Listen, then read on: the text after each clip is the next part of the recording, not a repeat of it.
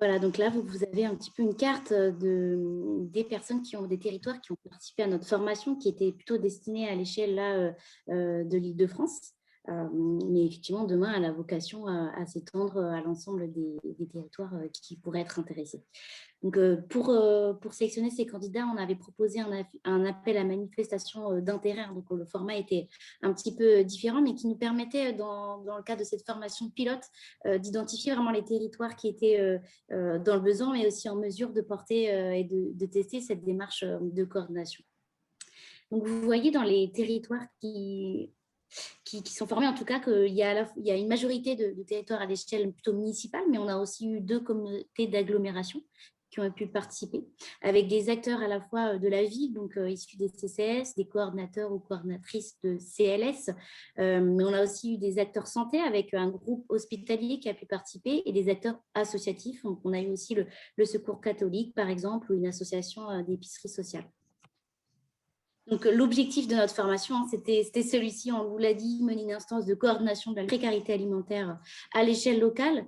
Et il y avait aussi 2 sous-objectifs. Le premier, échanger et s'approprier aussi les échanges et les leçons autour de la crise sanitaire. Comment faire en sorte que les premières démarches de coordination qui ont eu lieu puissent s'installer de façon plus pérenne. Et puis, co-construire avec les participants cette fameuse boîte à outils de la coordination. On a aussi mené une démarche d'évaluation interne par une collègue de l'ANSA pour voir finalement quels sont les points à retenir de cette formation pilote et comment on peut la faire évoluer chemin faisant au regard de ce qui a été fait. Et donc, ce qu'on retient, c'est que la formation a vraiment permis pour les acteurs d'agir comme un coup de boost finalement pour se lancer dans sa coordination et gagner en légitimité, se sentir légitime dans son rôle de coordinateur pour mettre en lien les acteurs de son territoire.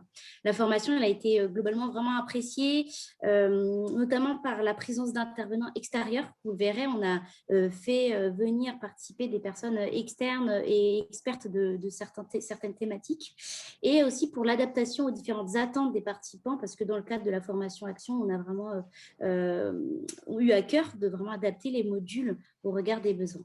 Peut-être juste voilà, vous dire qu'on a déjà on a adoré faire ça. En plus, on a appris plein de choses puisque voilà, c'était une formation action. Nous, on venait pas avec un modèle clé en main de il faut faire ça.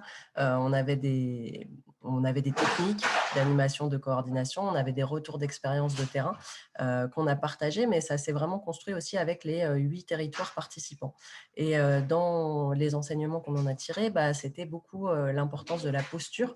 Comment est-ce qu'on on coordonne des acteurs que parfois, avec lesquels parfois on n'a pas de lien, ni de financement, donc comment est-ce qu'on mobilise en fait des personnes et qu'on donne envie à chacun de s'impliquer dans un travail de groupe territorial, comment ça s'inscrit dans la durée et donc du coup pas dans l'urgence. Donc là c'est un peu tout le questionnement actuel qui est comment on sort des situations d'urgence pour vraiment pouvoir mettre en place une structure qui dure. On a appris l'importance de l'action et de la légitimité, c'est-à-dire que finalement, au fur et à mesure qu'ils faisaient, les participants à la formation se sentaient de plus en plus en confiance et légitimes, et les acteurs en face leur donnaient aussi la légitimité de coordonner. Et que ça, en fait, ça se décrète pas, ça se fait. On a beaucoup travaillé sur le partage de l'information, qui est un premier niveau qui est souvent oublié ou fait rapidement.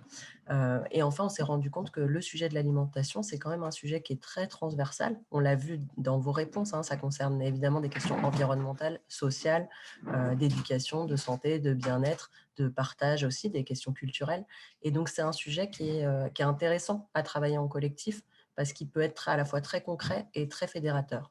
Donc voilà, on n'a pas la prétention de dire que mieux se coordonner, c'est l'unique réponse, mais on se rend compte que le fait de mieux se coordonner permet quand même de transformer petit à petit les systèmes de solidarité locaux et permet aussi de faire émerger des projets vraiment intéressants.